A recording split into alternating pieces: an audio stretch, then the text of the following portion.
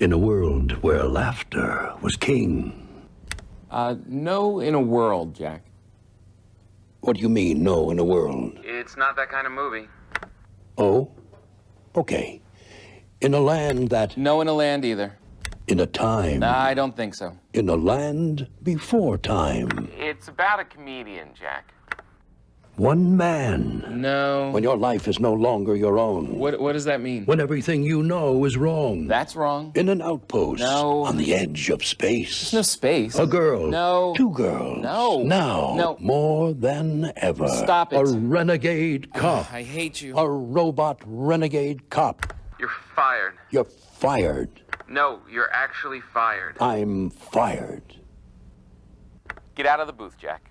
No, I like it in here. This is Truth Frequency Radio. The wicked ones obviously under heavy Masonic influence.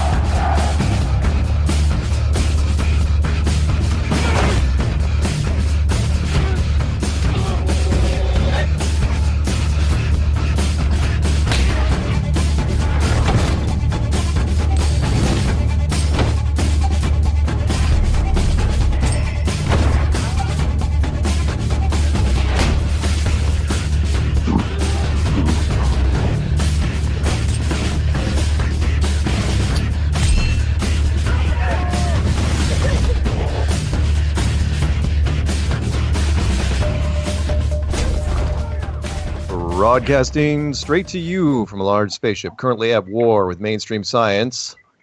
Meanwhile, the Peanut Gallery is glad that NASA is actually doing something useful and almost real for a change. NASA is using 3D printing to study aircraft icing. That's right. They scan ice buildup, then print it out using 3D to determine how the ice is building up. I guess the elementary education of water in freezing temperatures makes ice might not be true, and they can take 5 years to find out how it's doing it. P.S. They have been studying ice buildup since World War II. Hello, everyone, and welcome to Strange World, where the truth is often stranger than fiction. I'm your host, Mark Sargent, the creator of Flat Earth Clues, which propose that all of us are living inside a Truman Show enclosed structure thousands of miles wide. Check it out at enclosedworld.com or just Google Flat Earth Clues. If you can't find it, well, you're just not very good at the internet. For those of you listening to this on YouTube, you want to hear the show live as it happens, please go to Truth Frequency Radio for the latest schedule. Currently, the show is on Tuesday nights at 7 Pacific, 10 Eastern. And yes, Caroline, if it is not August 20th, 2019, then you're listening to a rerun. Quote of the day goes exactly like this. When everything seems to be going against you, remember that the airplane takes off against the wind, not with it. Henry Ford. Translation of the day, emergency water landing. We're going to crash in the sea. Nice. The Mark Sargent 2019 challenge is in effect. This is my personal declaration of war against mainstream science. I, Mark Sargent, put forth a challenge to any university, foreign or domestic, to loan me a self-contained spacesuit, put me in a vacuum chamber, and pull the switch. Find out what happens. For more information, please check out Flat Earth Clues Part 13, The Lost Nail. Announcements, of course, if you haven't gotten the Flat Earth Sun and Moon app by DITRH, otherwise known as Deep Inside the Rabbit Hole, otherwise known as David Weiss, then please do so. And for other announcements, let's bring in the lovely, sometimes sassy, but always lethal Karen B. Hey, Karen. Hello. How are you? I'm great. How are you doing? You know, I can't complain. We have a guest on, and I'm going to bring him on in just a minute. But before we do, we should quickly talk about your Flattoberfest. Yes, Flattoberfest, October 20th, 2019 in Greenville, South Carolina at the Firmament, featuring Rob Skiba, Mark Sargent, Bob Nodell, Joshua Swift from Authentic Intent, 2 Flat Earth bands, and you can go to flattoberfest.com for details and to purchase tickets. Tickets don't cost more than $30. So hey, that's a great deal. Shop around. You can't beat that. Mm-hmm. Seriously. I, of course, am going to be at the Seattle-Tacoma meetup, Flat Earth meetup, which is going to be in Bonnie Lake. And for all the details on that, you can go to my channel. I'm also going to put up another promo. But it's going to be September 1st. So I will be there. I don't know if D. Marvel's going to be there. I don't know if Paul on the Plane is going to be there, but I will definitely be there. And really, if I'm there, does it matter who else shows up? I don't think so. Also, there's going to be the Take on the World conference, which is at the end of this month in Ohio. So if you guys don't know anything about that, you really should jump on that. I'm not speaking at that one. And I'm not speaking at the Amsterdam conference. Karen, what day is the Amsterdam conference? That will be on September 28th on Saturday. Day before, we'll be having hangouts at the campfire at the campground. And the day after, we'll be having some street activism. Right on. So if you can get to Amsterdam, come see us. Right on. I am going to be speaking at the UK conference. In fact, we should probably sometime during this broadcast talk about the Globe Live Euro Tour. Excuse me. But not right this second. I'm going to be in the UK for the UK conference, which is going to be the 13th to the 15th. I'm also jumping over to the Gather Festival for September 12th, and that's going to be in Stockholm. I, of course, will be in South Carolina, October 20th for Flattoberfest, Palooza, Stock. And, of course, both of us are going to be wrapping up the year in Dallas for the big, mega, huge Monster Truck Conference. That's November 14th and 15th in Dallas, Texas. Indeed. I think we covered up pretty much all, didn't we? Yep. I think that's all of them. That's again a jam-packed year. Can't wait. My September is going to be super fun. Can't wait. So tonight, I love. Again two things I have to mention to you before we bring on the guest. One is I used to enjoy flying a lot more before 9/11. So much more relaxed. Nobody cared about anything. You just flew. Hey man. You need a steak knife to cut that? Yeah, you got one? Here's 2. They didn't care. Now, I got pulled out of line because I had a freaking brass shoehorn. Really classy, like a really nice monogrammed brass shoehorn. I still have it in my closet now. I don't take it with me anywhere because they pulled me out of line. They're like holding it up, staring at it, scanning it with lasers, dogs sniffing it. Awful. The other thing I wanted to mention to you was, and anyone can look this up. Current stories, and I just don't know how much time we're going to have with this particular guest if we're going to be able to go outside the lines. But this story really, really bugged me. You can look it up on CNN. The headline is, and I've seen this on multiple things, a federal program says you should keep your home above 78 degrees. Now, I haven't heard, the reason why I'm mentioning this is I have not heard anything like that for a long, long time. Granted, I'm older, not as old as our guest, but I'm older, and I remember when we were, when they changed it from literally back in, early 80s, late 70s, early 80s, they said, take your thermostat down. Remember, room temperature used to be 72 degrees. That was it. When you ever was like, what's the temperature of the room? Well, it's room temperature. No, it used to be 72 degrees. Now it's 68, right? It's been 68 for a long time. These were also back in the days when they said, don't take baths anymore. Take showers. Save water. It's like, actually, that's a pretty good idea. It's not the Old West. We don't have to take baths anymore. But I got to mention this. It's like, okay, the program suggests. Now, this all I like taking baths. Oh, well, that's fine. No, baths have their place. If you want to relax. But if you only got 10 minutes, you're not going to take a bath, probably. No. Again, not unless you're in the 1880s in Silverado. But the program suggests different settings to automate at various times. 78 degrees when you wake up, 85 degrees during the day, and 82 degrees when you're sleeping. I'm not making this up. And they're saying Energy SAR says homeowners can save about $180 a year with a properly set programmable thermostat. And it's like, wait, what is this 85 degrees during the day? You know what it reminded me of? And again, I'm older. You remember that Charlie Sheen movie, The Arrival? when the aliens were trying to terraform the world and make it really, really warm because they had to live here? It's like, why would you? No one. 82 degrees at night? Are you insane? In fact, they're saying there's a secondary thing. It's like, well, yeah, most people, they like cooler temperatures when they sleep. It's like, yeah, 82 degrees. In fact, I don't even think, do thermostats even go up to 85? Oh my God. I wouldn't know. I've never attempted to do that. Seriously. I mean, it's like, yeah, why don't you take your car to 9,000 RPM? See what happens there. 85 degrees during the day. Meanwhile, your kids, it's like a freaking hot yoga session. It's just awful. So anyway, I can't wait till the comments come out. I mean, hopefully this thing just gets shot down into a million pieces. All right, that's it. That was my little rant. So, and Peanut Gallery says, I enjoyed it. That's because you're weird, Peanut Gallery. All right. And I'm sorry, Zulu says, how come Paul doesn't talk over the commercials? Because commercials don't own us. We own them.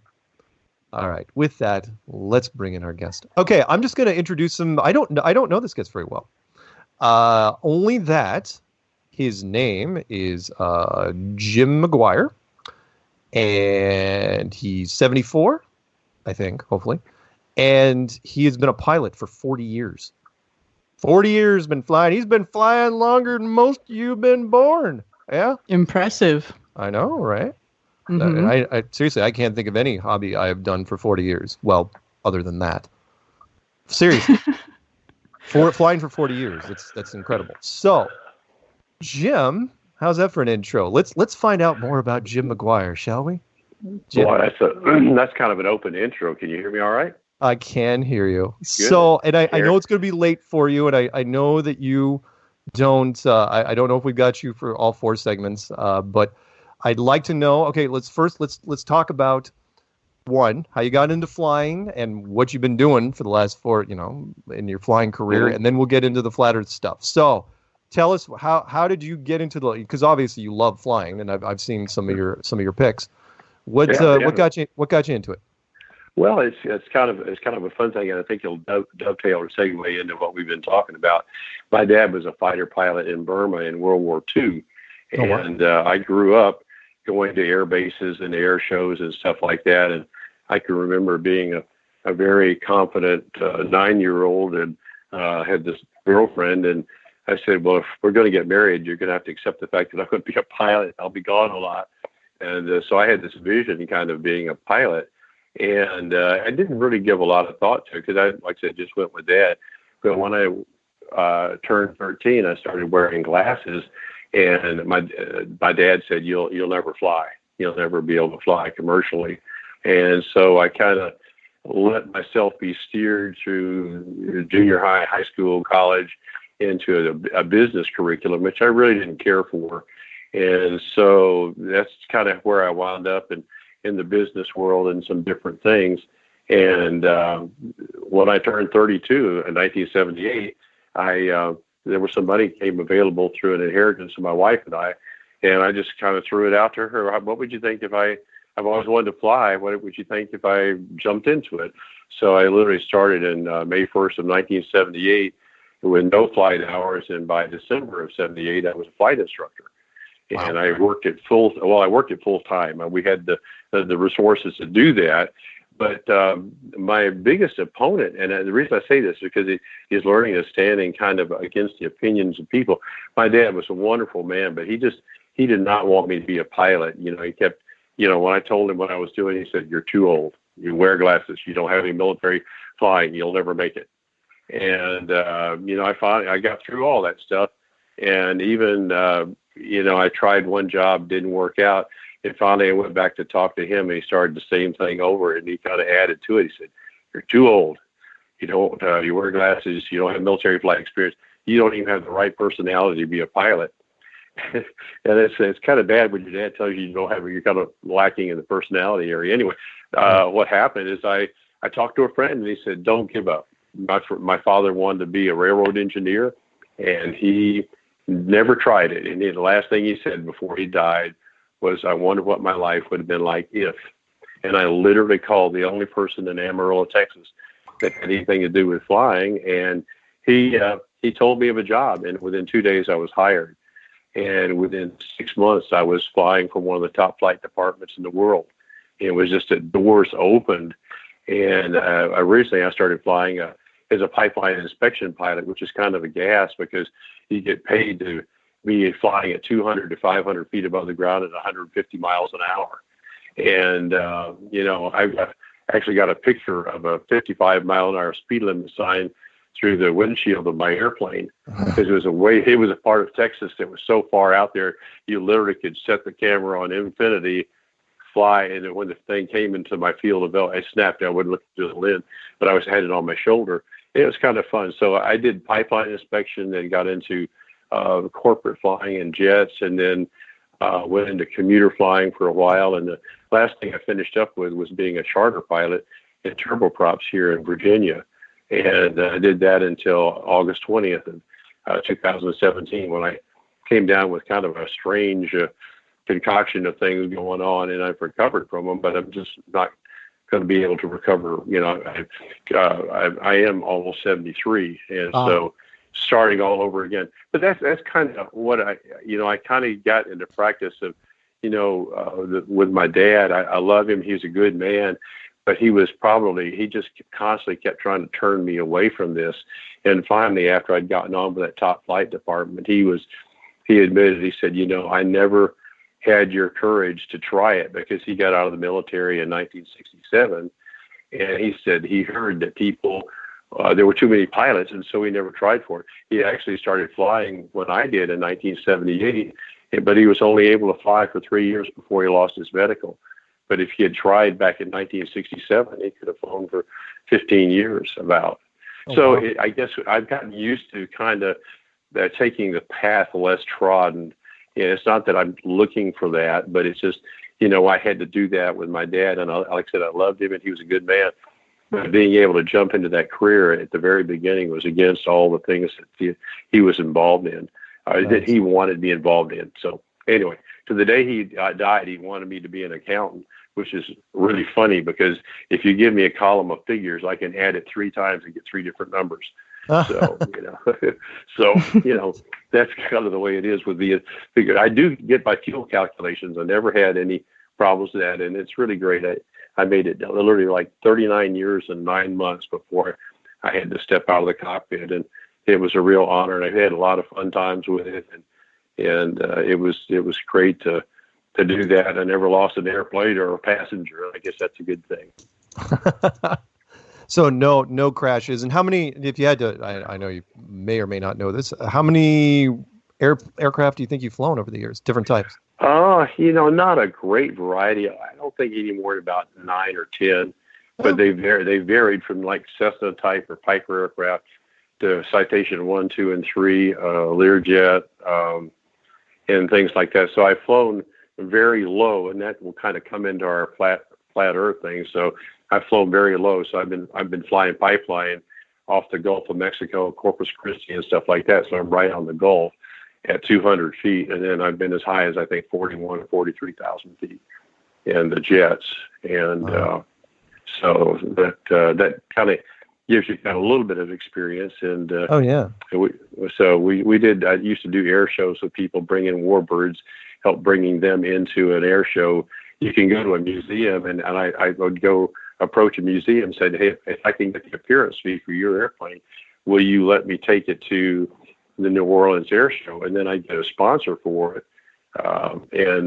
So you kind of get a win-win-win situation where you get an airplane showing up at a show that wouldn't be there. So a sponsor gets exposure to a larger group of people. So it was fun because I got to fly in some World War II aircraft and stuff like that. That's awesome. When you had to make the jump from prop to Learjets, was it a huge shift for you, or did you pretty much take it in stride? It was a jump. That actually was kind of weird. I was flying for this big oil company, and I literally got out of I was in a 182 doing pipeline patrol around Midland, Texas. I came in. They told me I got the job to fly a Citation 1 in Dulles, and so I didn't even have a multi-engine rating at that point. I went to Wichita, did multi-engine training, and then went through like 10 or 12 days of training for the Citation. They brought me back. I was so sleepy I could hardly stand up, and then they got me my multi-engine. I spent like 5 days getting my multi-engine training in a Beechcraft Baron. And so by the time I was finished, I'd literally gone from flying a piston Cessna to a 2-engine Citation 1. And my first flight in that airplane with the people was in Newark, New Jersey, which wow. I mean, it was like drinking from a fire hose. And I got to admit, I don't recommend that. And it's usually there's kind of a seasoning that takes place. But these people, this big oil company said, hey, you can do it. And I survived. It was not probably one of the more comfortable things, but I got to where I feel like I was pretty good with it and pretty comfortable doing that. Nice. A little nervous, I bet, flying to Jersey for your first jet flight. Yeah, I mean, because you're not used to taking, when you're flying in Texas, it's more laid back. The radio calls come a little bit more slowly. Newark is one of the busiest airports, and you're fitting this little bitty Citation jet is fitting in there amongst all the big jets and stuff like that.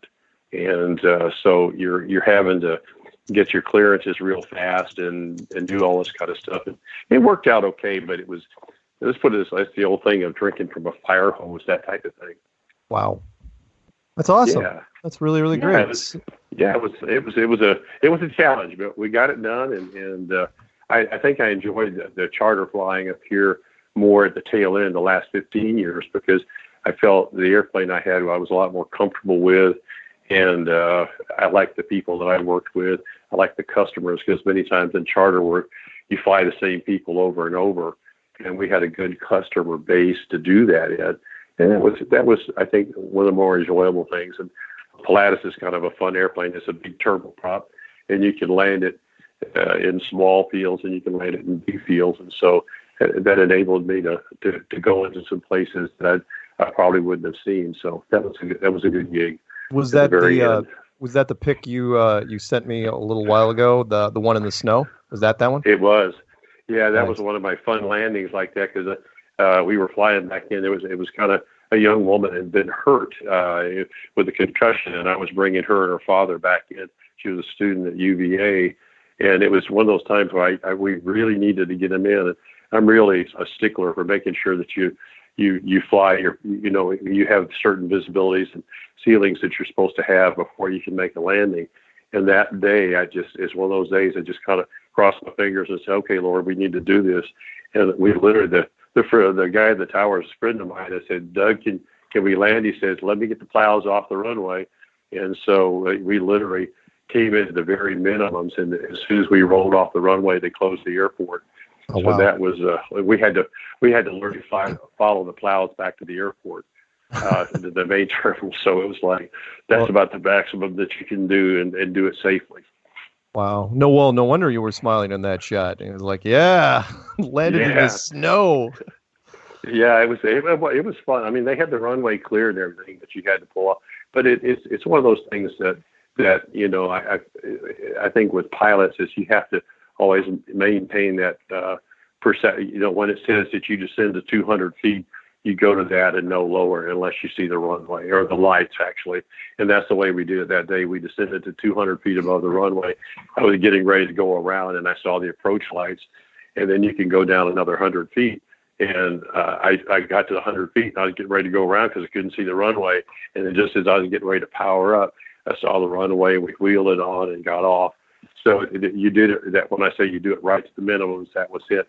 So it was a good gig. It was fun to have that kind of airplane that would do it and that kind of skill. Sorry about my dog there. Oh no, it's okay.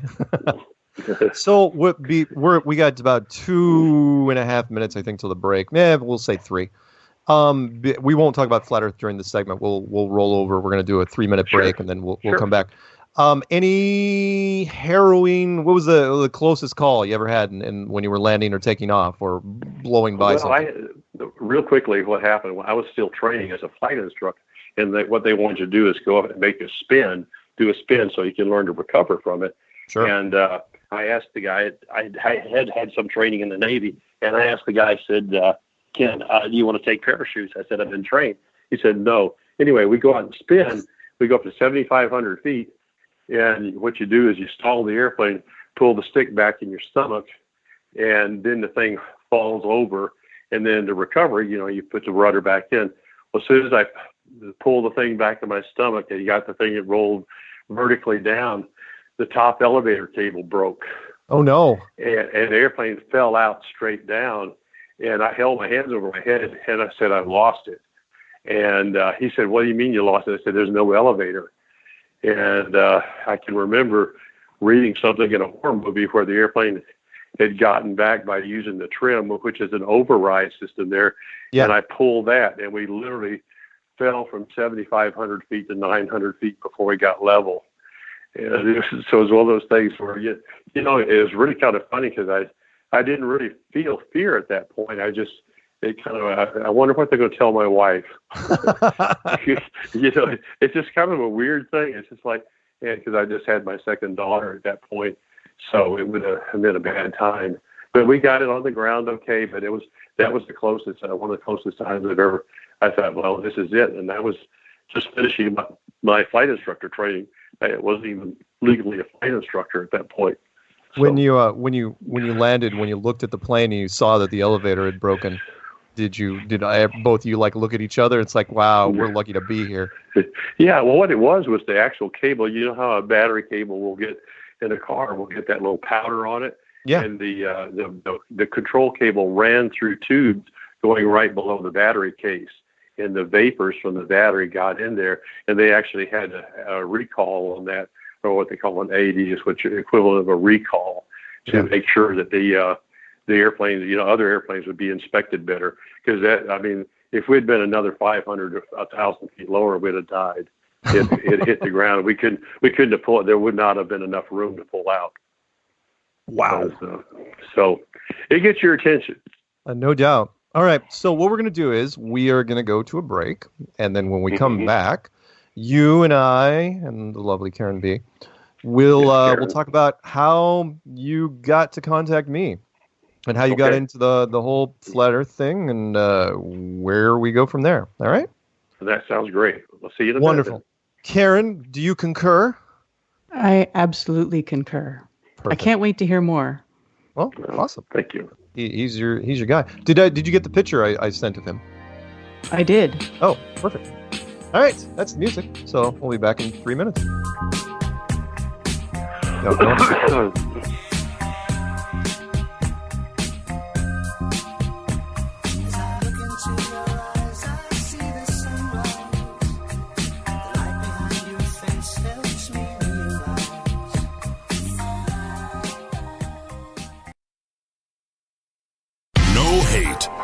No hype, no fear. We are TFR. Frequency Radio.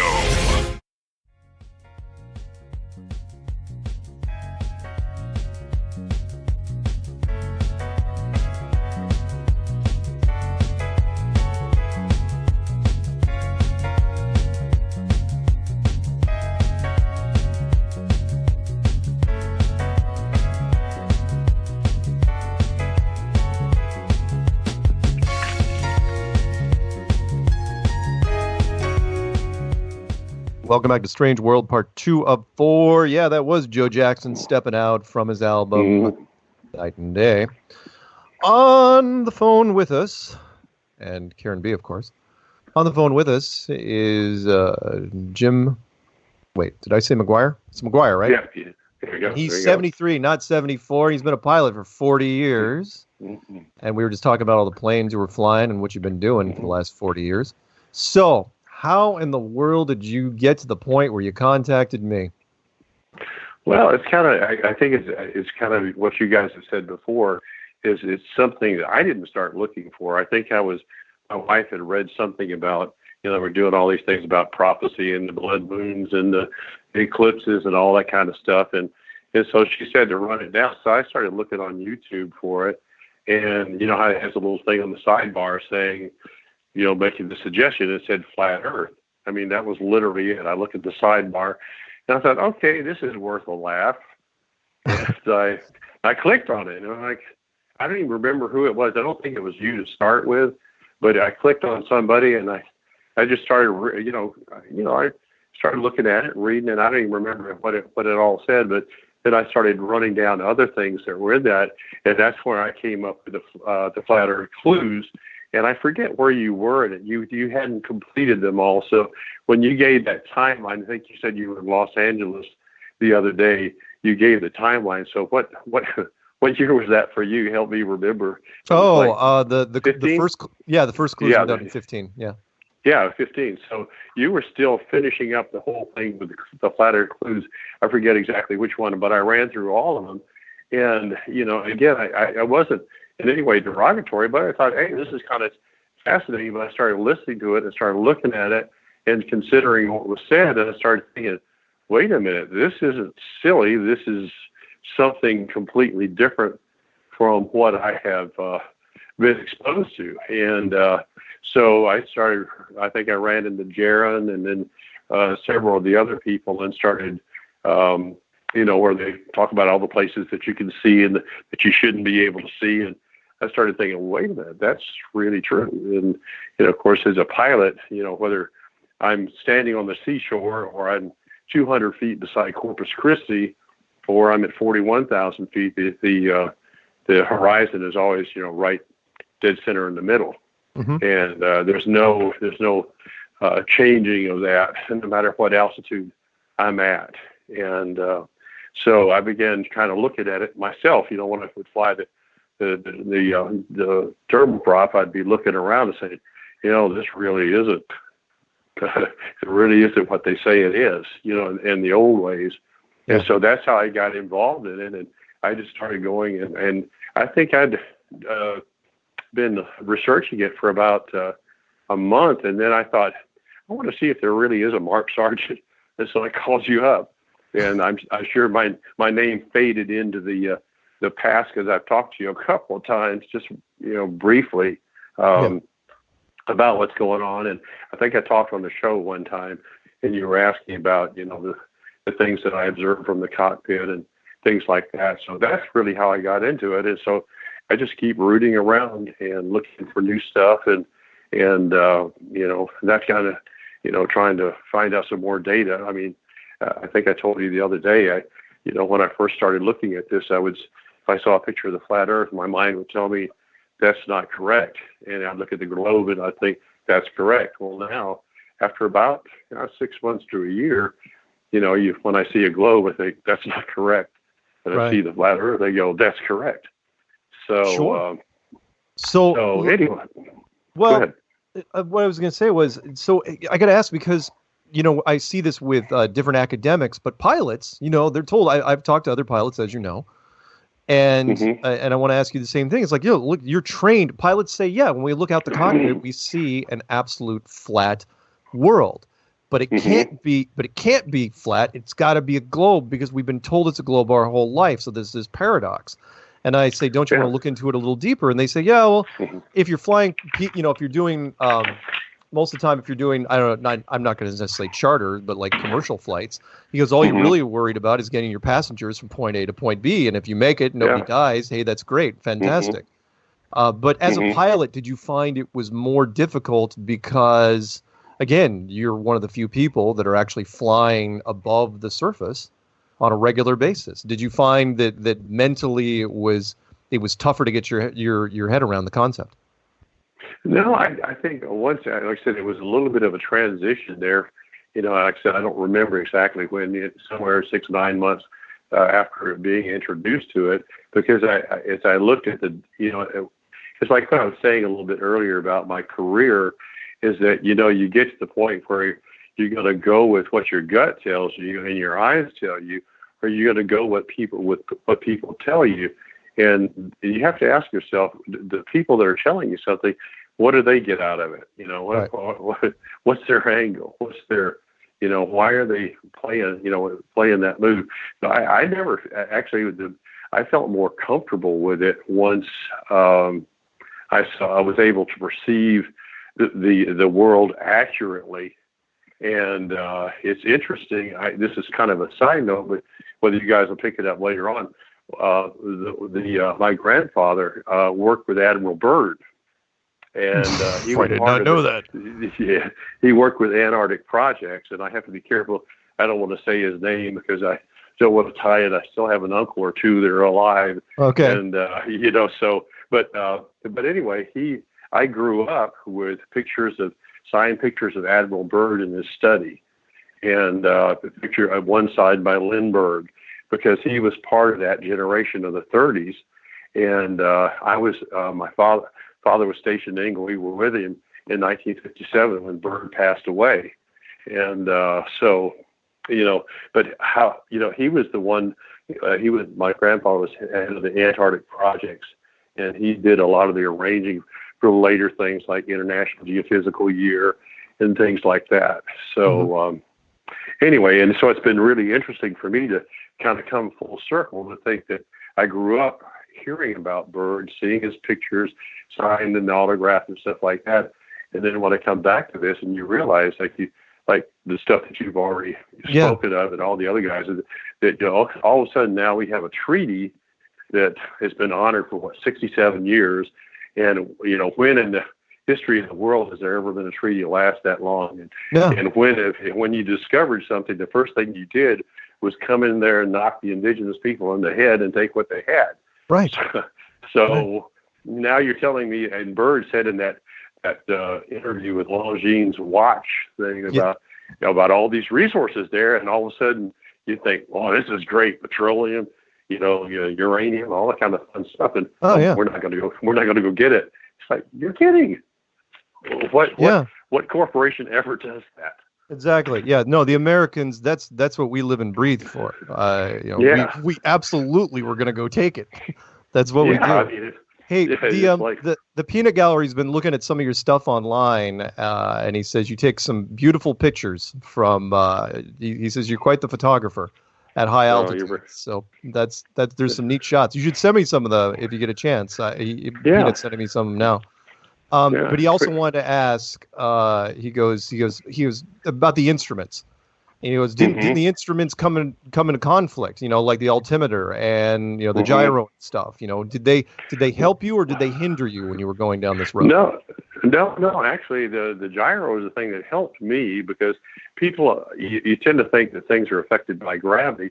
A gyro, and I'm not sure who's listening right now.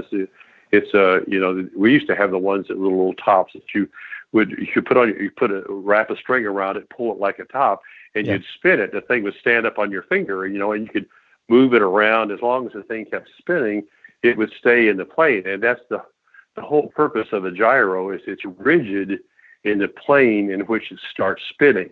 Right. So if it starts spinning horizontally, that's how we get the bearings of horizon and stuff like that, because the gyro spins. The center part of it sits in a gimbal, which rotating allows the thing to free rotate.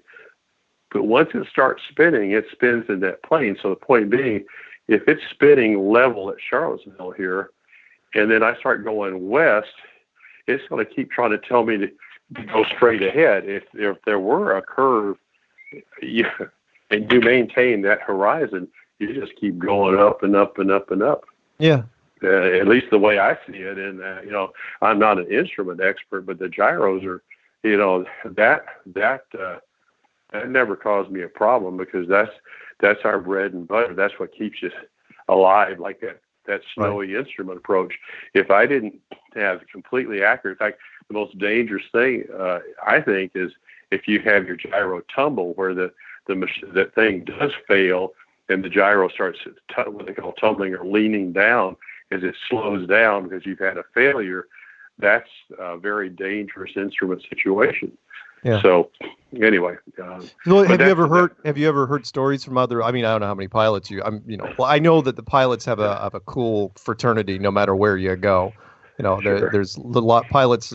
It's always like this big friendly gang. I've never met an unruly pilot. But have you ever heard a story of a gyro failing and then in midair, and then all of a sudden things get really, really dicey? Yeah, absolutely. I mean, it sounds kind of terrible, but since I've been sick and haven't been able to fly, I've been looking at a lot of the crash reports and stuff like that, at both of the smaller aircraft and that, for me personally, I would not fly an airplane that did not have a backup gyro if you're going to fly hard instruments, because if one fails, what typically happens is it doesn't just flop over like a it's just falling off a desk. It starts leaning over. It starts gradually leaning over, and so you have to be looking at all your instruments, and they'll start telling you there's an inconsistency. And so at that point in time, you have to stop looking at the primary gyro and look at the backup. Or if it's a glass cockpit, you can call up the gyro from the co-pilot side or whatever. Gotcha. But if everything fails, if all the electronics pack up, there's usually what they call a peanut gyro, which is about the size of a fruit jar top, and it has a independent gyro that's working. So it is a tough situation. If you lose it, it's not insurmountable. Usually, like I said, the modern glass cockpits, you can like our Pilatus, you can call over the data from the other side, and so you'd just be working off one supply system. But in the smaller aircraft without the backup, it usually didn't end well. They usually lost control and hit the ground. Ugh, that's not good. So, hey, before you got into flat Earth, did you ever, when you were, because when you're up at, I don't know, 30, 40,000 feet, the atmosphere is much thinner. So did you ever look off into the distance and question yourself why that you could see really, really far? Did it ever occur to you? It's like, oh, wow, I can see 500 miles. Did it ever occur to you? No, not really. I think, it goes back to, what I was talking about a little bit earlier. We kind of see what we expect to see sometimes, and if people tell you, like, everything, this is kind of what I would kind of say to people out there is that, believe what your senses. We're taught not to believe our senses. We're taught, it's like everything we know points to the fact that water seeks its own level. It sits flat. And yet somehow we're told, no, it's somehow magically beyond 8 miles, it starts curving. Right. And there's nothing in our experience that would say water is anything but flat. And so we were taught that. And then when we were not explained what the reason ships disappear is because of perspective and not because of it sliding off the edge. And right. So anyway, so that's, me personally, I guess I was kind of naive in that. I mean, I'd look out there and say, hey, that's pretty impressive. But the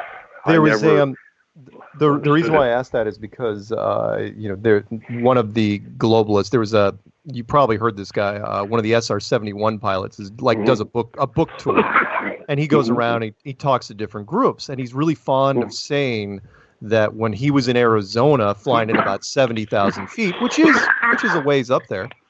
But at 70,000 feet, he could see Los Angeles from Arizona. And he said he could see, but even more amazing was he could look north and see basically the Canadian border from the Rockies. I'm going, and of course, he didn't think anything of it. He's like, oh, well, that's because I was so high up. I'm going, I don't think at even 70,000 feet you should be able to see that far, not on a curvature. No, you shouldn't. Not at all. I mean, the formula, and we're not supposed to talk about formula. I mean, crunch the numbers, but you figure 500 miles. I mean, you shouldn't begin to see anything like that. No. And so it's, but even at that altitude, like I said, it's one of those things where you just kind of look out the window and you just well, they tell us it's round. But I think that's one of the things we've said before is that you show up in kindergarten and there's a globe sitting on the teacher's desk. Yeah. And so. We're not taught to doubt those people, and so there you have it. Yeah, so, the George Orwell quote, which I've said many times before, but I think it's still relevant, which is when he said, "Look, this was back in 1946, and he said you could ask anyone on the street, and he goes, how do you know the world is a globe?' And everybody says, what are you talking about? We know it's a globe." And it's like, what do you mean? It's a globe. I mean, NASA wasn't even founded until 1958. How did everybody in the world know it was a globe? It was because they were told. It's not they didn't know. They were told, and their fathers were told, and their fathers before them, or mothers, not being biased, going back at least 25 generations. And when people say, oh no, they feel bad because they think they've been tricked. It's like, no. You were born into the trick. You didn't have a chance. If there was nobody alive in your family tree that could say differently, what you're going to be the first one to say that? Oh yeah, by the way, I don't think it's a globe anymore. So yeah, I mean, and that's in my family. There's nobody antagonistic, but there's 4 children, and one and my wife have come to accept the flat Earth, and the other 3 kind of look at me like, huh? They're not rude or anything like that, but they just and I was trying to. One of them was kind of giving me a little bit of a hard time, and I said, look, how long have you known me? Have you ever known me just to go off a wild tangent and to do something? And I said, without really thinking it through and examining it, I said, so why would you doubt me with this? And so I think that's kind of funny. In other words, if I really trusted somebody's judgment and they came to me and said, this is really so, I'd at least give it some serious consideration. Sure. So, anyway. Did you hear the standard line from your family? It's like, what are you talking about? You're a pilot. You know it's a globe. You can see it from up there. No, they didn't. They didn't. I think that my wife and the one daughter, they watched the stuff with me. We went all the way through the clues together. Yeah. And for them it was I didn't try pushing them. I just said, look at this and see what you think. And they looked at it. I think my wife was convinced a lot by the routing, along the southern, below or outside the equator. I guess is the best way to say it. And it's kind of funny. The other day I was talking to a friend of mine who flies for a major air carrier, and he does all the stuff overseas. And so I said, hey pal, where are you heading? He said, oh, Hong Kong. I said, oh. And he said, yeah, I really like that route. And I said, really? Why? He said, because you go right by Alaska, and you go by, you can see the North Pole, and you can see the Kamchatka Peninsula. And I was just for grins last night. I looked up the routing, and if it really was a globe, you'd pop a string and go straight across the Pacific. Right. You wouldn't go all the way and make this huge arc. Right. But it actually showed the route, showing, when you leave Dallas-Fort Worth, you go all the way up to Alaska and all the way back around that way. And I think, and so, which go ahead. No, go ahead. So, I mean, I'm kind of bad because I haven't actually bought a flat Earth map. I need to get one and go back and get my globe and then just start playing around with the string, just say, wait a minute, where I can sit down with it and run back and forth. But it was just interesting that in the course of a casual conversation, he told me his route. I didn't say anything to him about the flat Earth, but one of these days I'm going to sit down and say, I'm going to ask him, why do you fly that route? Why does it curve like that? Well, that's the best way to go. Why is the curve, and now the shortest distance between 2 points is a straight line? Yeah. Why would you do that? That's got to add 30% to the route. Right. Right. But, and that the Alaska thing reminds me, of course, of the woman that was flying from Philippines to Los Angeles, and she went into labor, and they routed her north to Anchorage instead of heading straight to Honolulu. I was thinking of that too. Oh, I'm sorry, what, Karen? I said I was thinking about that too, the emergency landings. Yeah. Yeah, it's like Honolulu has way better hospitals and a lot more of them. And, I don't know, it's a nice climate. Why would you go to Anchorage, of all places? And they didn't even hesitate. It was like, no, we're going to Anchorage. And if you look at the flat map, it's because they were already next to it anyway. That's the weird part. They were, again, like your friend said, the route, they're actually pretty close to Anchorage. It's like, just make a left. We'll be right there. They just dropped Hawaii. Down. Like, go ahead.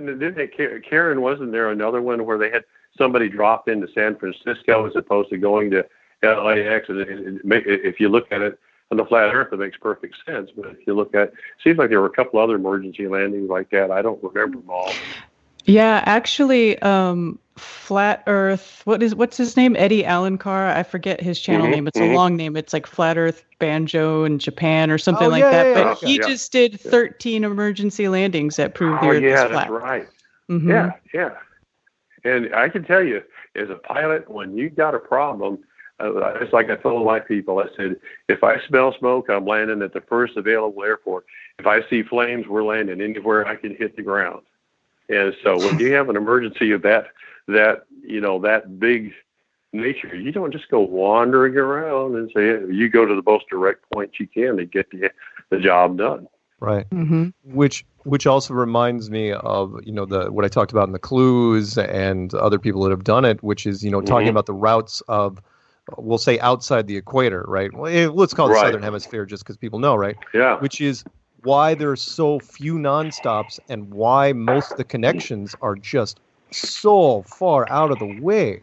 I mean, why would any connection go to north of the equator and then come back down, doubling the distance? Every pilot has told me the same thing. All they care about is fuel, because fuel is money. Absolutely.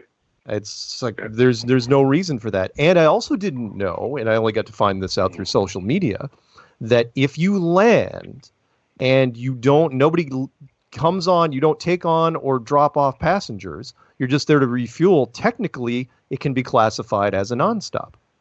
And I only knew this from people that have posted. It's like, oh yeah, we're going on our honeymoon and we landed at this little island for refueling. And there was like no terminal there. It was literally just a fuel depot. And it's like, and technically they're tickets, and they showed the tickets. Said a nonstop. I go, okay. That's a good little tricky way of doing it. Yeah.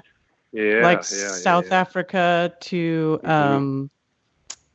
Australia, or no, South Africa to Dubai, and then they stop in no, India. They stop in Is Dubai. that the one? The South Or is Africa. it South Africa? There's a lot of stuff that go through Dubai. That go. I'm totally north butchering. Dubai. Dubai is a big one. Yeah. Yeah. Or going from South America to Africa, and it's going through, or South America to Australia, but it goes through Houston, and it goes through San Francisco, and it's like, and it's a straight shot. And I know, in fact, I just got this argument a debate with someone just a couple hours ago, where they were saying, well, yeah, but there's some nonstops. And I go, yeah, there may be some nonstops. Maybe there's a jet stream issue we don't know about. Maybe there is a map issue we don't know about. But it stunned me that so few people even cared about the fact that 95% of the flights in the Southern Hemisphere were multiple connections, to where I even had a corporate travel agent from the Southern Hemisphere contact me, and they said, you have no idea how hard it is to book flights down here for people, because it doesn't matter. There are some capital cities. It doesn't matter if you walk up with $10,000. There are some capital cities you cannot get nonstops for. And she goes, that should be impossible. She goes, in the Northern Hemisphere, you can always get nonstops. It's just how much money you want to pay. Right. She goes, that is not the case in the Southern Hemisphere. It's completely overlooked because most of the population is in the inner ring. It's in the inner circle. So, anyway. Yeah, no, it's probably, I think we threw it out once, and I don't have the accuracy to do it, but you talk about Amelia Earhart disappearing. Oh, yeah. And you can't help but think that if she was thinking the distances were going to be 2/3 what it was, no way in the world you could even know what kind of heading to hold in that situation as a pilot. Because part of what we did was dead reckoning. If you don't have any way of knowing what the winds are, what the direction you're going, and especially if it's the spread out of the area beyond the equator, I don't see how in the world you could hit. You'd be hard pushed to hit Australia like that, let alone this little bitty Howland Islands. I mean, I don't know if anybody'd ever. The only way you could kind of figure it out would be to sit there and pop a string and figure out what was her heading going out of her last takeoff spot, and then pop a string, and then what's her fuel, and somewhere out there. I know. I feel we got 30 seconds to the break, but I got to get this in. I feel bad for her because what probably happened. She's like looking out in the horizon. She's going, I don't see it. I don't see it. She's like looking down at her map going, what the hell did I do wrong? This is not that hard of a thing to do. And she's like, and all of a sudden she realizes she has to ditch. And it's like, oh, she's like, and her last thought was probably, where did I screw this up? How did I screw this up? Because I'm sure, she was a hell of a pilot. Anyway, we're going to come back. You willing to stay with us for one more segment, Jim? I am. I'm good. All right. Awesome. Good. All right. We're going to come back in 3 minings, and and maybe we'll even open up the phone line since there's a few people out there willing to. So the phone number is 213-233-3998. We'll be back in 3. It seems to me so strange. Check wallet for his name. His face is in the muck. I think his zipper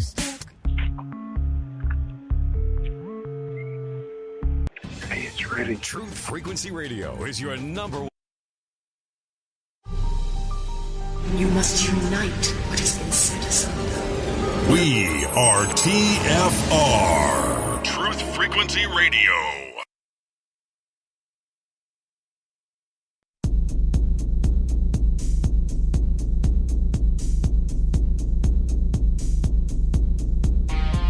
Major Kong. Major Kong. I'm ready to target the ICBM complex at Laputa. Switch all receiver circuits to CRM discriminators. What's cooking on the threat board? Nothing. Alright, tell you what you better do, old buddy. You better give Elmo and Charlie a flash and bump everything up to condition written. Stand by the floor on your base. Major Kong. Major Kong. Hey, what about Major Kong?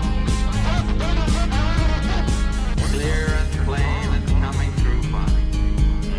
What about It's great to be fine.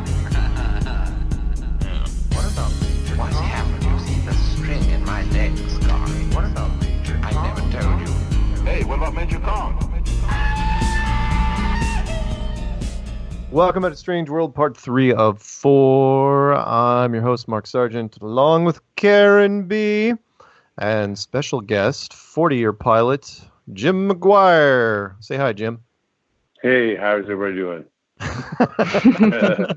Having a good time. I've never done anything like this before. I have to admit, when I was first waiting for you guys, I was starting to get a little nervous, but you made me feel really at home. I appreciate that. Were you nervous? I mean, I was thinking, I don't think I could land a plane without getting. Well, what's the old saying about flight? It's long periods of boredom interrupted by sheer terror. Yeah. I had one of the younger pilots I was training, and we'd had a kind of a rough landing, a tougher landing like that. He said, "Do you ever get to the point where you're not afraid?" I said, "Well, you do, but I said you can't ever forget that you're in an aluminum tube going very fast, carrying lots of flammable liquid." And I mean this. And I was trying to. It's really kind of a thing I'm perceiving, that sometimes I think some people get really caught up in the actual operation, the navigation in the glass cockpit, and they forget that this is it operates by aerodynamic principles. Right. And so, you have to keep that in mind. And because, like I said, it makes a really nasty hole in the ground if you don't. Yeah. And every time I take a commercial flight, I still think about, because I'm kind of a history fan from time to time. And I love the fact that, we're talking about, putting chairs in an aluminum tube, and that's how you travel from one place to another based on this wonderful technology. And it's like, try to explain that to somebody 200 years ago, and they'd burn you at the stake. It's magic. Yeah, it is magic. I mean, it's, lift is an amazing thing. And again, the whole thickness of the atmosphere, but let's not get into that too much. Hey, before we start taking calls, we are going to take 360-905-510-231 and so on and so on. Let me ask you this. Did you do quite a bit of flying? I've got to ask this. I've got to, because someone's going to. I'm going to head them off at the pass. Did you do a lot of flying at night, or any flying at night? Yeah. Yes, a lot of flying at night. Well, you know what my next question is going to be then. Did you ever see anything weird up there? And I only say this because if you listen to my show at all, you know that I was turned on to night vision binoculars, I don't know, about 8 years ago. And when I was in Colorado, way before I was into Flat Earth, I just sat on my back with night vision binoculars and in the middle of the night and watched the weirdest stuff fly around the sky. Did you ever see anything that you couldn't explain, but you never reported? No, not really. I never did. I've always kind of wondered about that. I mean, I'm really good about, people always kidding me because I have so much VFR time flying on the pipeline inspection. I always looked outside. In other words, I kept up with the instruments, but I still glanced outside, and I never saw anything. But that wasn't it. Not too long ago, people started looking for things with the infrared and the night vision and the seeing stuff. And I wish I'd thought to do that, because I'm sure you would see things a lot further away, and you would, you might see other craft and stuff, and plus out there, Plus, what people forget is, because we're so used to the movies, like Close Encounters, which is, UFOs or whatever you want to call them, spaceships. We'll call them UFOs. Spaceships are just like cars. They run just fine with the headlights off. And if you have your headlights on, you want to be seen. And I mean, that's why planes have their running lights on, so they can be seen by other planes. And I realized that when I was looking with night vision, that most of the time, these things didn't have their lights on. They were just flying around silent. I mean, if you have a silent engine and you don't have the lights on, how is anyone going to know you're there? Practically, there's, planes, of course, there are, as far as we know, there's no silent aircraft in our military. But, well, okay, last thing before we take calls, which is, okay, so nothing weird happened to you. Did you ever run into any of your buddies? You don't have to name names. It said, yeah, dude. No. Well, the only thing I've ever heard that actually took place on the ground, a relative of mine, again, since they're not here to defend themselves, but it doesn't anything to do with flat Earth. But they said that they had a farm out in Texas, and one night they were sitting there, and the dogs started freaking out, and they went and looked, and beyond the barn was a light, like a huge truck was back behind it. And they kind of went, whoa, what's that? Nothing was supposed to be out in that field. And then they kind of stood out on the porch, and all of a sudden this glowing disc lifted up behind the barn and disappeared. And that's the way they told it to me. So I don't know whether it's accurate or they've been enjoying too many adult beverages or whatever. I don't know. That's the common misconception. It's like, oh yeah, you had to have been drunk, because what, all drunk people see UFOs? If that was the case, there'd be people reporting them constantly. Don't tell me that alcohol induces hallucinations of flying spacecraft. I'm not buying it. But yes. I agree. Yeah, there's stuff. I think that there's stuff moving around, and you think about the SR-71 Blackbird that was made in 1959. Right. And they say there's nothing to replace it. That was. I don't think so. That was the most credulous statements. Now, I knew, of course, he's not going to, technically, the Americans have no spies. We have no spies. We have a spy program, but we have no spies. And when the Air Force general said that, what are you going to replace the SR-71 with? He goes, oh, nothing. It's like, okay. Yeah, right. And then you have the stealth fighter, which was like the most advanced fighter, and it could project a hologram of itself, and it's already been retired. Yeah. Yeah. And you kind of go, these guys don't put this stuff down unless they got something better. Yeah. Well, I mean, like the U-2, going back to your days, I mean, we didn't have a U-2. U-2 did not exist until one was shot down. Then it was like, oh, yeah, we have one of those. It's like, oh, really? You got one of those? Yeah. Whatever. Yeah. It's like that one astronaut that says, yeah, we could go to the moon, but we destroyed the technology. And I'm kind of going, nobody destroys technology. That'd be like us saying, we're going to destroy all the cell phones and the cell towers and go back to rotary dial. Well, yeah. I mean, just because we don't use 8-track tapes on a regular basis doesn't mean we don't know. We can't just whip one up if we wanted to. We absolutely could whip one up if we wanted to. Oh, yeah. You just can't say, we don't remember how to build it. Come on.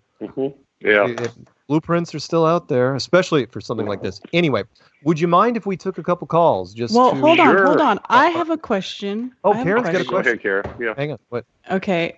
Now, you may or may not have an opinion on this, but this is something I think about all the time. And since you're a pilot, I have to ask. Okay. Do you think it's possible that there is an area in the very center of the map that is left off the map? Because, I mean, a lot of people, there's a lot of talk about what's in the center, Mount Meru, the cliffs, the four islands, geographic North Pole. Right, and all that stuff that used to be in the center on all the old maps, and suddenly they just disappeared over time.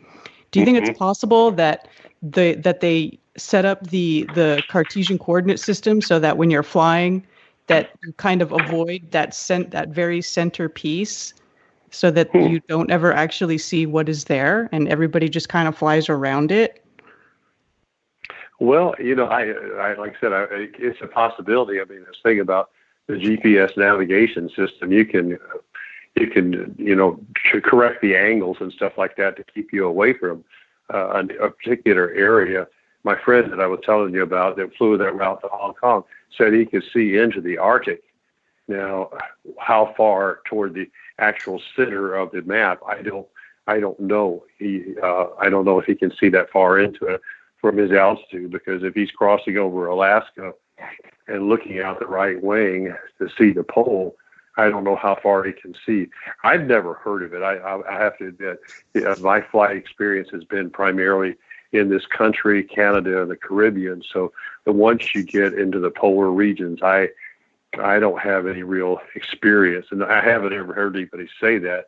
But, it's kind of like the sources of our information. If they've been lying to us about a lot of other stuff, at that point in time, it almost makes everything suspect, I think, anyway.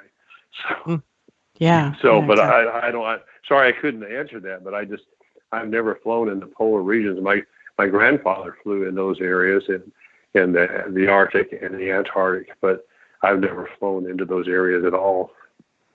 So sorry, I couldn't help you with that. Oh, that's okay. Who knows what's out there? Yeah, had to ask. It's good. Well, that's all right. Anything else, Karen? No, that was it. Let me throw one other thing in before we jump off here. I don't think so. Nope, yeah, sorry. What? They, you're talking about the routings and stuff like that. Yeah. One of the round-the-world flights was with a guy named Wiley Post. I just looked it up. And his circumnavigation was this side of the equator. Yeah. So That he would make was sense. operating with a lot better. And of course, the other circumnavigation by the sailing ships trying to go around the Arctic Ring, are incredibly long. And when they try to depict it on a global map, it just doesn't make any sense at all. I mean, on a globe, it doesn't make any sense. But if it's on a flat Earth, you can tell they're just bumping around the ice ring. Yep. So, but Yep. but that I just thought it was interesting, because I don't think, I don't even know how you would fly a circumnavigation below or outside the equator. I don't know. I'm not. Oh that yeah, long-range you're navigator. absolutely right. In fact, it was something that I put it out there. If you had the money, you could do it with one ship and one plane. You just park a ship within visual distance of the Antarctic coastline, and then you have a plane take off. You basically have to bypass GPS and bypass your compass readings and just do visual range of the Antarctic coastline, and either make a big left-hand turn or a big right-hand turn, and eventually you'll cross that boat. Well, if it's a globe, then you should be able to circle the whole thing in under 24 hours. You'd have to have the fuel to pull it off, but Sure. But if not, you will have to refuel at some point. Yeah, I mean, they have, there were a couple of B-52 bombers that did round-the-world flights, and I didn't pull those up, so I don't know what the depicted routing was. But Wiley Post, who did this in the 30s, and he did the thing all inside the equator area. Sure. So Sure. so that's why he could pull it off. All right. Yeah. So Well, anyway. tell you what, we got roughly 13 minutes still left in this segment. Let's grab a couple calls. This one's been waiting for 74 minutes. Yep, that's how dedicated. Bless heart. Yeah, well, Gosh. sure enough. Again, that's how manic our listeners are. Oh, There we go. good. 360, you're on with Mark and Karen and Jim. What's up? Well, I mean, if anyone is going to be told that they're manic, it's definitely me. So it's Dottie. Hi, Dottie. Hi. Oh, man. What's So, Dottie, I imagine I get to see you down in during the Seattle-Tacoma meetup, which is coming up in a couple weeks. Oh, I would not miss the chance to harass you. That's Oh, for sure. fantastic. So, Can't yeah. tell you how much I'm Yeah. looking forward to that. well, see, when I called in a few weeks ago, and that's when I found out about the meetup, you were on the fence about going, but then you heard that I was on the fence too, and then you confirmed just to make sure that I would confirm. So it's really your fault. So These are the stories you tell yourself when you go to sleep at night, that I waited for you to confirm before I said I was going? Wow. you You have a teddy bear named Mark, don't you? Don't you? Mm-hmm. it's not a Hey, thanks, Jim. we're like punching. So what's in your mind, Dottie? not a whole lot. I have a couple quotes for you guys if you want that. So. Sure, what do you got? Okay. Awesome. We'll do the lovely lady first. So, I ain't afraid to love a man. I ain't afraid to shoot him either. That's from your counterpart, Andy Lee. That's for you, Karen. I love it.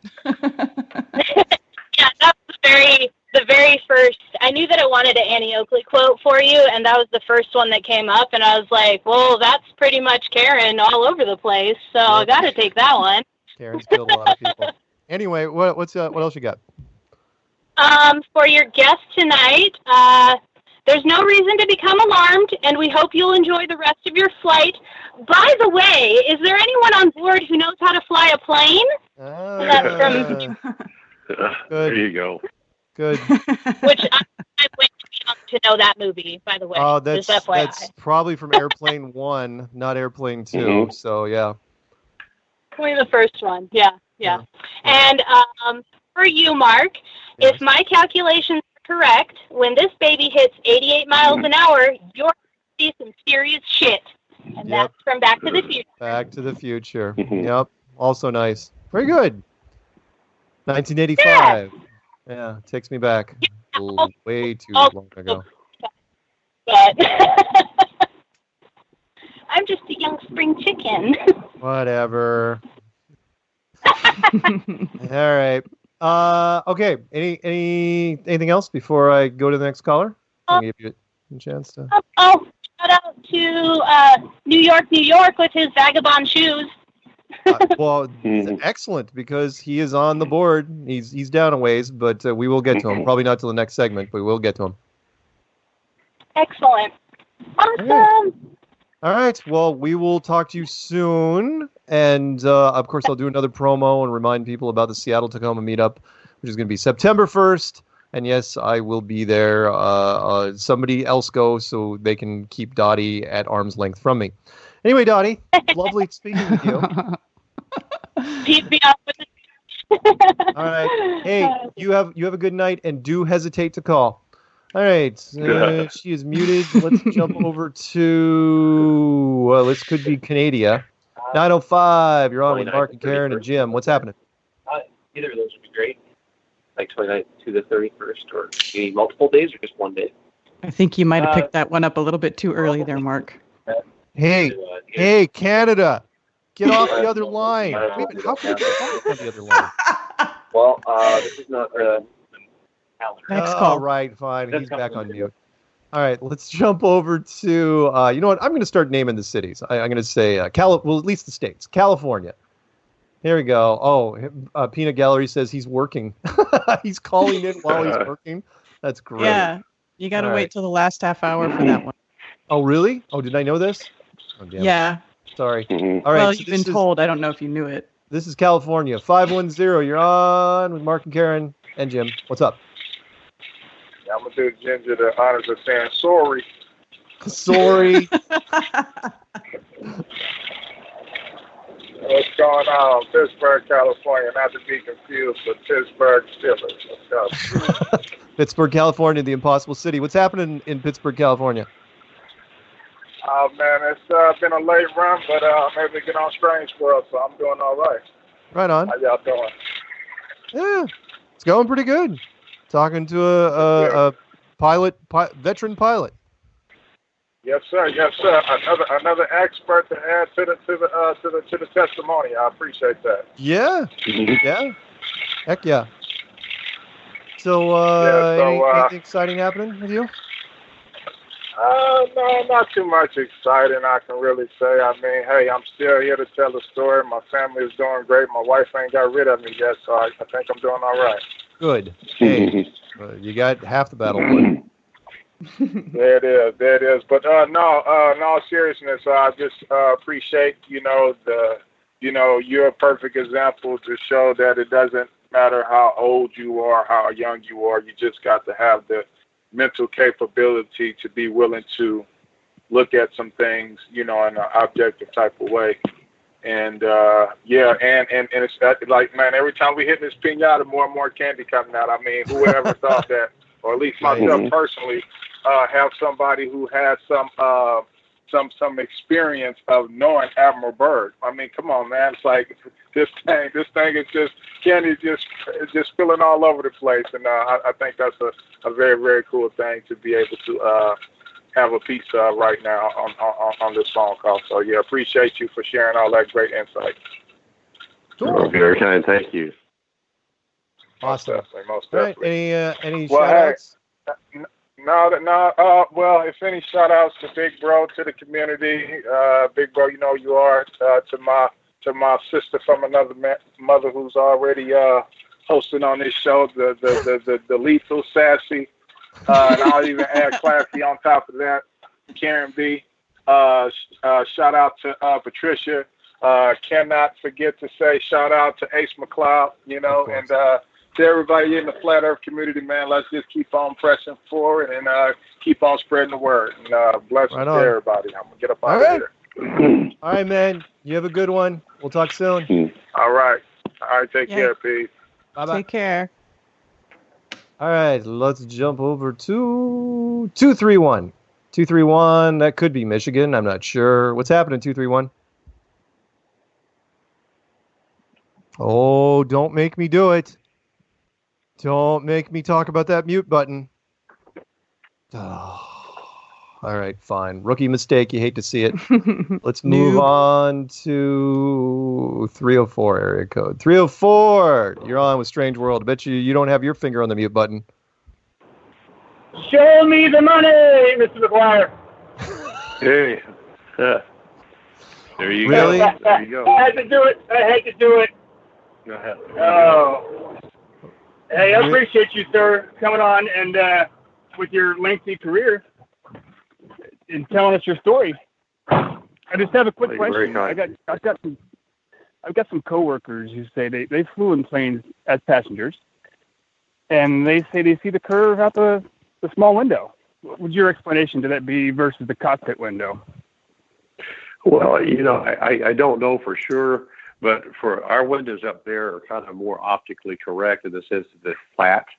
And, it's like, I think we've all discerned that a lens, like a fisheye lens, can kind of bend things, and the windows back there. But I can tell you from sitting up front where the windows are pretty much, especially at the front, are flat, or pretty optically correct. And I don't see anything like that at all. It's even I think the eye has a certain amount of distortion in itself, because it's just a lens.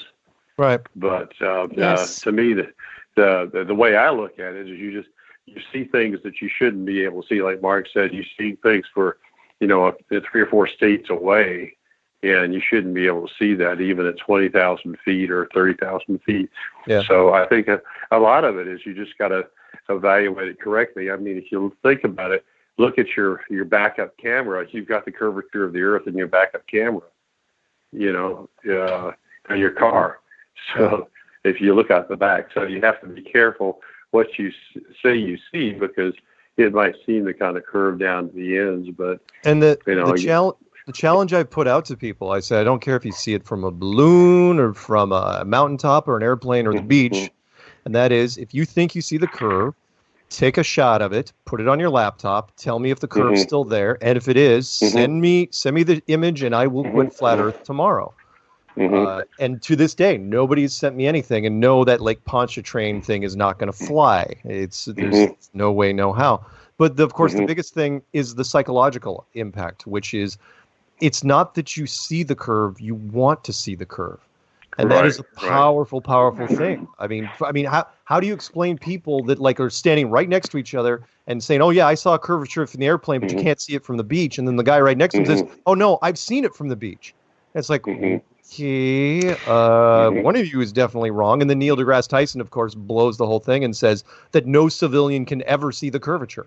He goes, even the Red Bull, even the Red Bull jump, you could not see the curvature. So. It's amazing the different perceptions, how they bleed into each other, but it's mostly because, remember, the globe in the classroom, we're taught that it's a curve, therefore it has to be the curve. It's George Orwell all over the place. Are there 5 lights or only 4? If you see enough, if the conditioning is deep enough, you are going to see what you are told. Exactly. The last thing for the caller, I got to mention this, and that is look at the YouTube videos online, and has nothing to do with flat Earth, but people that go out in the street. You get like 10 people in the street pointing up at the sky or pointing up next to a building. Eventually, you're going to have 50 people around them, and you're going to ask the people in the back, "Hey, do you see it?" And they'll say, "Oh yeah, I totally see it." They have no idea what they're pointing at. But they want to go, the group peer pressure is a very, very strong thing. Nobody wants to go against the grain. Nobody wants to look dumb. Nobody wants to get pointed at and said, "Oh yeah, you're a dork." If you're not. Go ahead, Karen. If I could interject, there was a time not very long ago when I was working in AutoCAD and I was trying to model what you would see from the ISS orbiting around the ball Earth at the size they say it is. Well, there's this distance to the horizon calculator that's online where you can punch in your observation height and then it says calculate distance and it gives you the distance to the horizon. When I punched in the height of the ISS, the distance to the horizon was, I believe, 700 and something miles. And I just went back to that calculator and I typed in an observation height of 70,000 feet.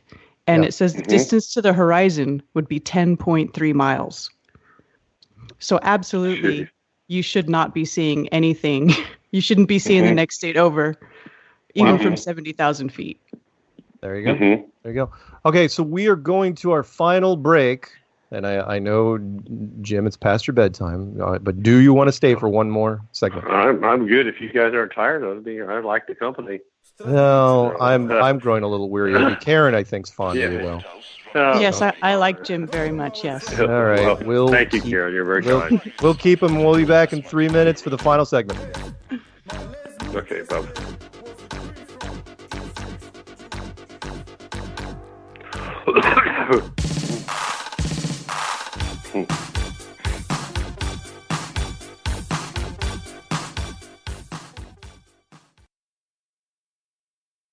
You're listening to the Truth Frequency Radio Network. No hate, no hype, no fear.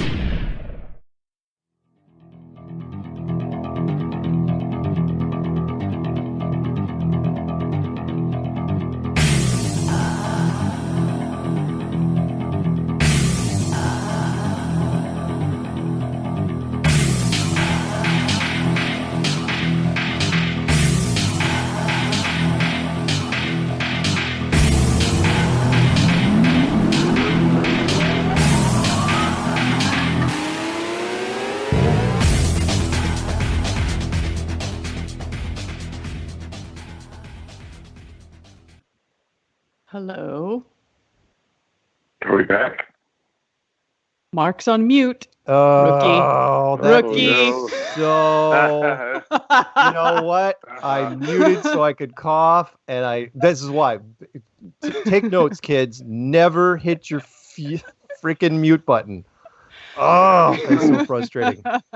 Don't feel bad. I did mine too, but I was staring right at it, so I'd remember to click it back on. So, I never hit the mute button just for that reason, and that's why I get distracted, and then next thing you know, Can I throw out one more thing from an airplane point of view? I don't think so. What?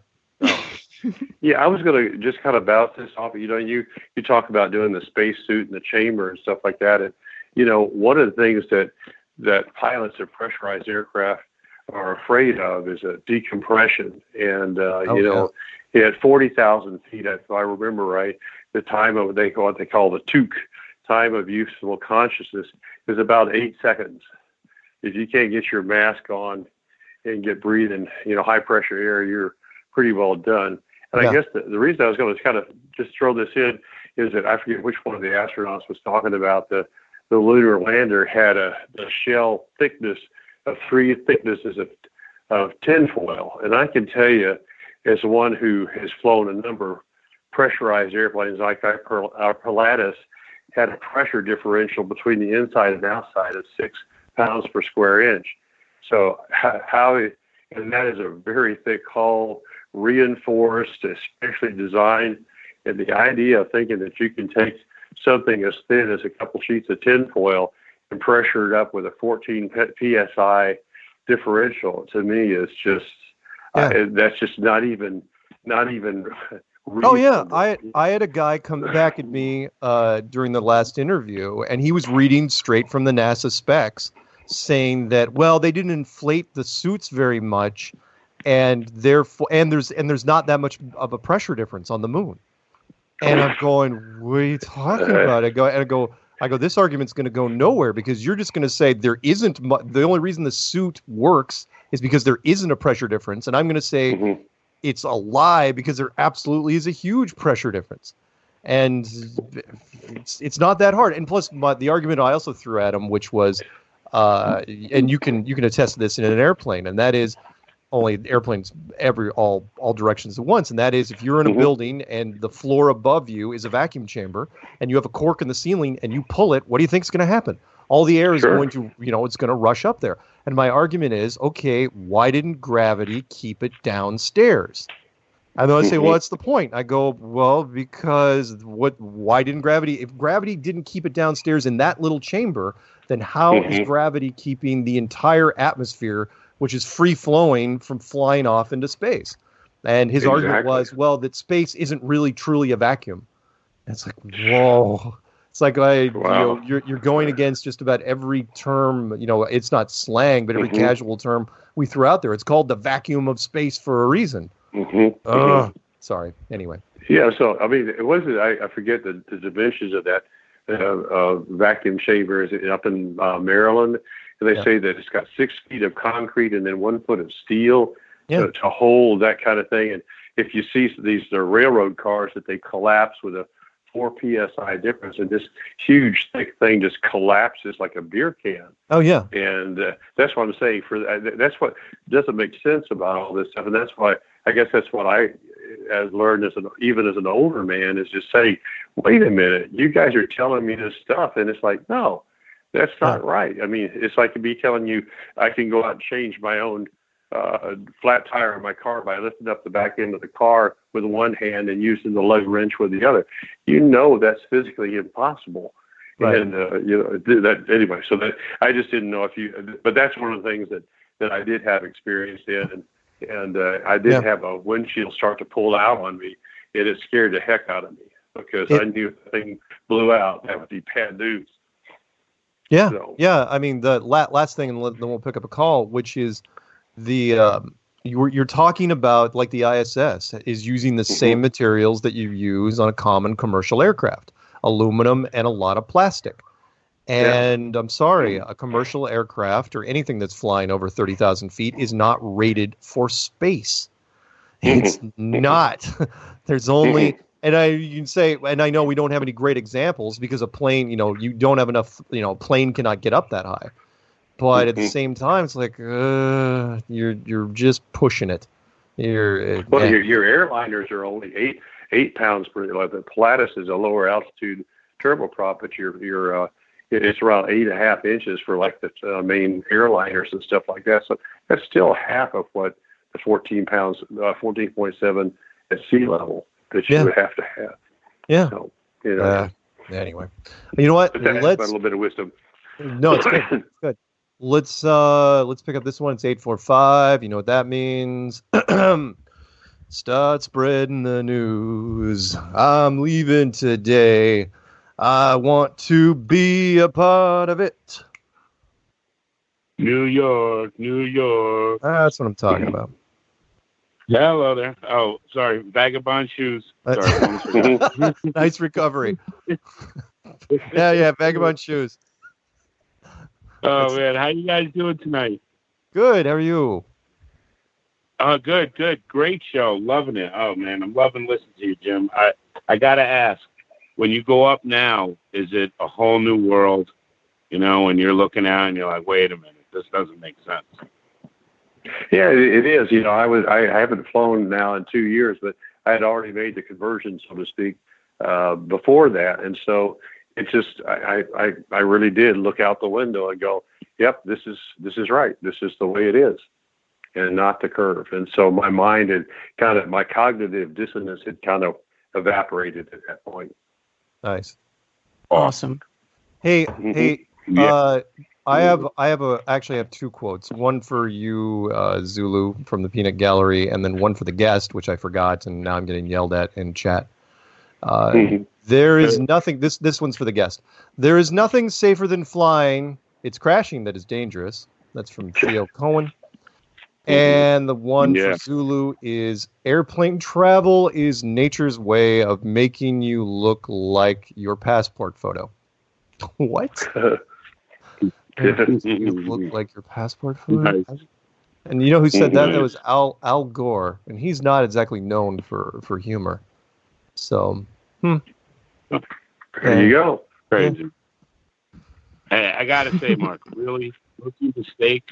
Wow. Oh my God! The thing is, I was talking the whole time. That was the worst part. I was going into it. Yeah, we're back. Blah blah blah. And then I hear Karen go, "Hello." It's like nuts. By the way, I have to correct myself really quick. The distance to the horizon calculator, if you punch in the height of the ISS, I use 250 miles. From the ISS, you can only see 1,429.7 miles. Okay. Max. Got it. Okay. But 70,000 feet's got to be more than 10 miles, right? 10.3 miles. 70,000 feet said 10.3 miles. 10.3 miles to the horizon? Yes. Oh no! I mean, at 20,000 feet, you can see way beyond that. Punch it in again, Karen. I think. Wait. Let me see. Okay, 1 to 7. Seriously. Okay, I'm sorry. 324 miles. Yeah, a little more. little bit more. I must have forgot a zero. Wait, did I forget a zero before? Let me see. No, that's good. No, even 324 miles though, that's not. Wait, it's weird because I didn't. Oh. See, Karen, that's why I was never an accountant. My dad wanted me to be an accountant. I do stuff like that all the time. See? Yeah, we had to correct that one. Otherwise, the trolls are going to be all over it. Yeah. Okay. Like so 10 miles. Yeah, 70,000 feet. You should see 324 miles, but that's still a heck of a long shot from Arizona. I don't. Well, it's definitely not up the entire Rocky Mountain range. I know that. Right. So. Anyway. Anything else, Zulu? Anything else? No, I'll make it quick. I have a quote for Jim. Okay. Okay, go ahead. All right.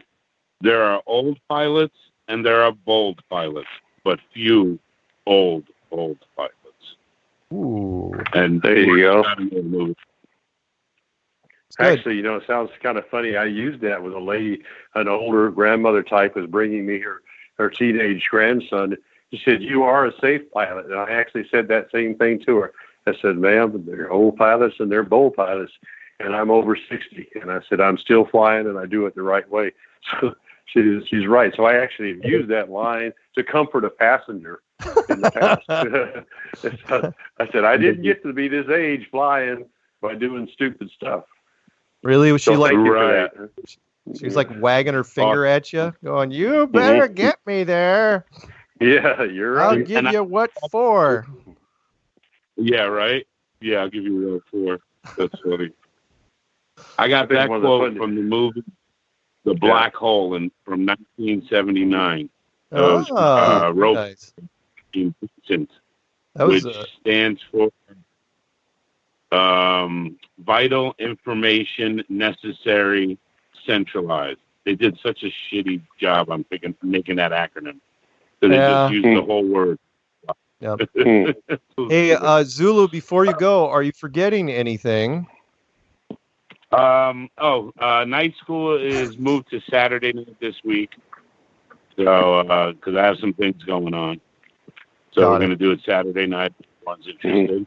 Don't forget to go to Flat River Fest. That's going to be outstanding. Yep. And I got a couple quick shout-outs. Shout-out to Dottie. Awesome. Nathaniel, Patricia, Karen B., Mark Sargent, Ace McLeod, everybody out there. Jim, you're the man. That's awesome. I love listening to you. That's great. I can't wait to look at the pictures you put up. That's amazing. I love that stuff. Thank you. Right, Thank you for sharing. Cool. Appreciate that. All right.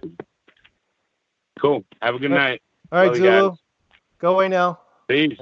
So let's do 216 area code. 216. You're on with Mark and Karen and Jim. We're talking. Hey flat guys, Earth. how you doing? What's happening? My question is, being a pilot and all that, and I've seen videos of people flying. They say they see the sun in their clouds and all that. And I was just wondering, do you think it's possible to fly to the moon or the sun? No. Are you asking me or are you asking Jim? I don't- would fly would get to one of those places, so I don't know. Isn't there like certain times when the sun and moon are lower normally, or higher and lower kind of thing? Yeah, I don't know. What do they call that? The analemma or whatever they call that? No, that's called apogee and perigee, but still, the distances they give us for those are heliocentric model numbers. So they wouldn't apply to a flat Earth situation. And so, I mean, what do they, Mark? What do they, at Karen too? They kind of one of the calculations about 3,000 miles up or 15,000. Something like that. I don't believe Yeah, that. something like. So it's even if it was only 100 miles, civilian aircraft ain't going to cut it. Civilian aircraft, seriously, I think they cap out at about 10 miles. I would think that it's lower than that, even much lower. Well, it's not going to be 10. It's not going to be 10 miles. You don't think so? Nah. If it was that low, not a chance. No. It was that low. Military aircraft would have. Well, I mean, again, we don't have military reports, but civilian aircraft. So I'm saying would be slated to go way. Their ceiling would be way lower than what it is now. Though, it is weird though, because when I flew to Hungary and back, did a lot of that flying at night, and the moon was out the window, and I just thought it was really weird because when we were on the ground, the moon was, I had to look up to see the moon, but then we were flying, I was just looking out the window and the moon looked like it was like eye level. And it just stayed there pretty much the whole time. And I remember staring at that for a long time, trying to reconcile that in my mind, and I couldn't. It's pretty weird. Yeah. When I look at some of these videos, I tend to think that the sun and moon are much smaller and lower. Sure. Well, they're definitely much smaller. I just don't know as far as lower. I don't know how low they could be. We just don't know. Why would you be so adamant about 10 miles and say, nah, it's not, no way? Well, because most commercial air traffic are flying really close to that. Well, close enough. Well, 5 miles, that's just halfway. It's. I mean, if a lot of commercial traffic is around 35,000 feet, roughly. So I'm going, and I used to hear, and Jim can confirm or deny this. I used to hear that a lot of flights were over. Of course, this is back in my UFO days. That back in the day, that there were a lot of flights that were over 40,000 feet, and then they took them down under 40,000 feet because they said weird things happened over 40,000 feet. Did you ever hear anything about this? Yeah, it seems like they're running lower, and excuse me, the height of the airplane. You get more radiation the higher you go. Well, maybe. You might have something. I mean, don't know. But have you ever seen that video? The guy they're in the cockpit of the plane. They're looking down at what looks like where the cloud, where it looks like the sun is at least a couple thousand feet below the clouds. Well, I mean, like right there at where the clouds top off at. Yeah. It's like kinda, I've seen it's a cool video. I don't know what's happening in it. I'm not gonna put a stamp on it and say, oh my God, the sun's right there. I mean, it could be something optical that's an optical anomaly we don't know about. Well, usually that's the exposure of the camera. It's the exposure because the sun is so bright and the camera is trying to compensate for that. So if the thicker clouds are going to block the sun, the thinner clouds, the sun is going to overexpose and completely show them out. And that's why it looks like the sun is in the clouds. And then also there's other video of stuff that I've seen where somebody's recording the sun with the camera and they're recording it behind power lines. Well, the power lines disappear, but we know that they're there. So it's hard to judge. The one video where you got the camera going up like 21,000 or 21 miles or whatever, and it's like right even with the sun there. That's very believable. But I was just wondering if it ever got any lower than that. Don't know yet. I haven't seen anything, but at the same time, it doesn't hurt us. I love the videos because it gives people something to think about. But right. At the same time, I'm definitely not going to say, oh yeah, the sun's sitting around 50,000 feet or less. Not on a regular basis. But at the same time, again, remember, one of my main arguments is, why is the eclipse shadow so small? Why is the blackout zone only 70 miles wide when on a 2,000 mile wide object? When we say that's pretty much what we think how wide the sun could be. So I don't know. Again, we're learning more every month. Who knows? 6 months from now, I may be going, remember that caller? He was onto something. Remember, I laughed. Like, for example, I'm not going to shoot you down entirely because I laughed at the whole cold moonlight thing back in 2015, end of 2015. Yeah, wow. I absolutely laughed out loud. That's the most ridiculous thing ever. And yeah, here I am with a point and click thermometer going, oh yeah, moonlight's cold, man. So, all right, I will remember this. All right, brother. Thanks a lot, guys. Hey, have a good one. All right, see ya. Hey, you gonna be? Oh wait, what? Oh no, I brought you back. What? You're back. Hey, are you gonna be in? Hey, were you gonna be in? Was it Take on the World? No, I'm not going to be in Ohio. I was going to be there, but there was a scheduling conflict, and so I am not going to be in Ohio. Okay. The next I'm going to be doing. Yeah, I'm the next thing the next big one I'm going to is over near London. So I will not be in, but a lot of people are going to be in Ohio, so it should be fun. Stay strong. He'll be in Greenville, South Carolina. I will be. Thanks, Ben. All right. Yes, I will be in Greenville. All right, let's pick up. Let's go. We can pick up one or two more. Let's see. 504. You might be the last. Well, you're not quite the last call. What's happening? Hey, how's it going? This from Oregon. Hey. Hey. I wanted to just share a piece. I know you're limited, but I wanted to share an article I came across because it highlights historical aspect of flat earthism that I think is not widely known, and also I think very important, it highlights the relationship historically between flat earthism and morality, both in politics and other society. The article is online. You may have to visit a library or visit a paywall to view it, but it's called Bottom of the Universe by James Allegro. Anyway, you can hear me right? Yeah, we can hear you. Okay. What the subject of it is, it argues with a lot of convincing evidence that flat earthism was actually dominant in the 1400s and early 1500s in Western Europe, which flies in the face of history of science from the last 20 years, although the older history science history books agree with that. Anyway, the details are, there's a flat earth book published in 1496.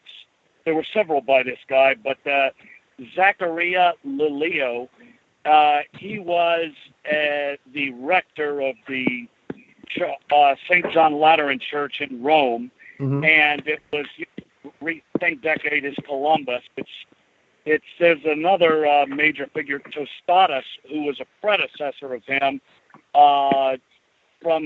was in the Inquisition in Spain in the 1400s. He was both Tostatus and he was something like a mentor to Lelio.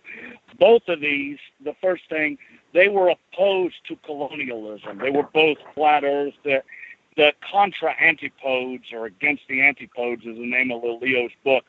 But they were opposed to colonialism, and like Bartolomeo de las Casas, the famous historian who was a bishop, who wrote a history of Mexico and early Spanish colonialism, sympathetic to indigenous peoples and against colonialism. And they were in sympathy with this. And also Savonarola, the biggest human rights activist in Europe in the 1490s, an Italian, who was martyred by Pope Alexander VI who was the Pope at that time during Columbus and all, and the financier of Michelangelo, because he criticized him on his human rights and other stuff and the corruption in the church. He had him put to death through burning. And Savonarola was friends personally with Lelio, who had a network of people in the. So you see, within the Roman Catholic Church, two different trends that were very opposed. And the flat earthers, it was alive, and they were opposed to colonialism and for human rights. Got it. Anyway. Hate to do this to you, but I got to pick up one more caller before the show ends. But thank you for all that information. Wonderful stuff. Thank you. All right, let's grab, and I'm sorry, the phone lines. I know your last-minute stragglers are coming in. Florida, you might be it. 863. What's happening? Hey, how's it going? Hey, pretty good. What's up? I was just calling to confirm about the altitude of commercial airline flights. I've only flown on an airplane one time. It was 22 years ago. Yeah. I was 12 years old. I was flying by myself, so I had lots of questions. Yeah. About an hour into the flight, that was my question. How high are we and how fast are we going? Right. It was just under 50,000 feet at just over 500 miles an hour. Nice. Yeah, that's pretty much what I had. There's some stories out there, some weird books. When I was back into the early conspiracies, they were saying weird stuff happens over 40,000 feet.